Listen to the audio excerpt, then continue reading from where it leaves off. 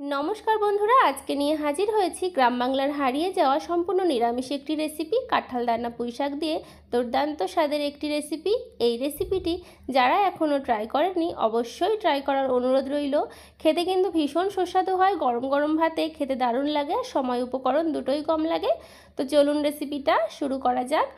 কি কি সবজি নিয়েছি দেখুন এই রান্নার জন্য। এখানে আমি পটল নিয়েছি, যেহেতু পটলটা কচি তো খোসাটা আমি কিন্তু ফেলে দিইনি, এরকম বটিতে একটু ঘষে নিয়েছি, নিয়ে একটু সরু সরু করে একটু লম্বা করে কেটে নিয়েছি। আর এই রান্নাতে কিন্তু কাঁঠাল দানা অবশ্যই দেবেন, কাঁঠাল দানা পুঁইশাক, তাহলে কিন্তু খেতে বেশি ভালো লাগবে। তো কাঁঠাল দানার ওপরে সাদা অংশটুকু মানে খোসাটা ছাড়িয়ে ফেলে দিয়েছি, সাদা খোসাটা এরকম দু টুকরো করে কেটে নিয়েছি। পুঁইশাকগুলোও আমি এরকম করে কেটে নিয়েছি। আলু, ছোটো সাইজের দুটো আলু একটু লম্বা করে সরু সরু করে কেটে নিয়েছি। সব সবজিগুলো ভালো করে ধুয়ে নিয়েছি। আর আপনারা কিন্তু এখানে আরও সবজি অ্যাড করতে পারেন। তো এবারে চলুন রান্নাটা শুরু করা যাক। কড়াইতে সর্ষের তেল দিয়েছি, তেলটা কিন্তু খুবই সামান্য।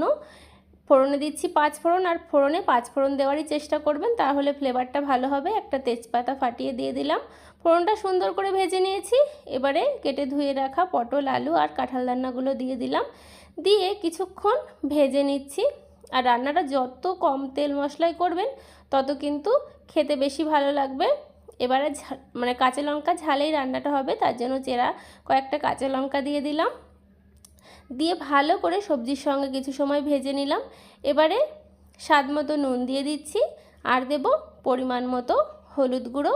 নুন হলুদ দিয়ে ভালো করে সবজিগুলো কিছু সময় ভেজে নেব।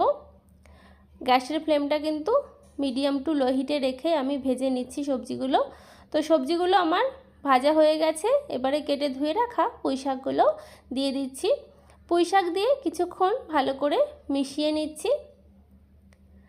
তো দেখুন বন্ধুরা, ভালো করে পুঁইশাকগুলো কিন্তু আমার মেশানো হয়ে গেছে। এবার গ্যাসের ফ্লেম লো করে ঢাকা দিয়ে রেখে দেবো, যাতে পুঁইশাক ভালো মতো নরম হয়ে যায়।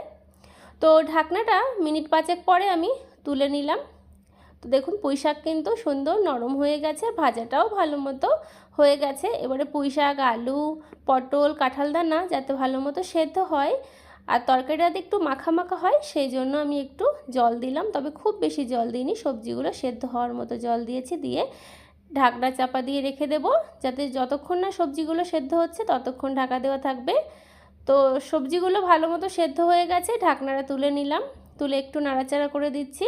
তো আপনাদের আমার এই পাঁচমিশালি কাঁঠাল দানা পুঁইশাক দিয়ে এই রেসিপিটা কেমন লাগলো?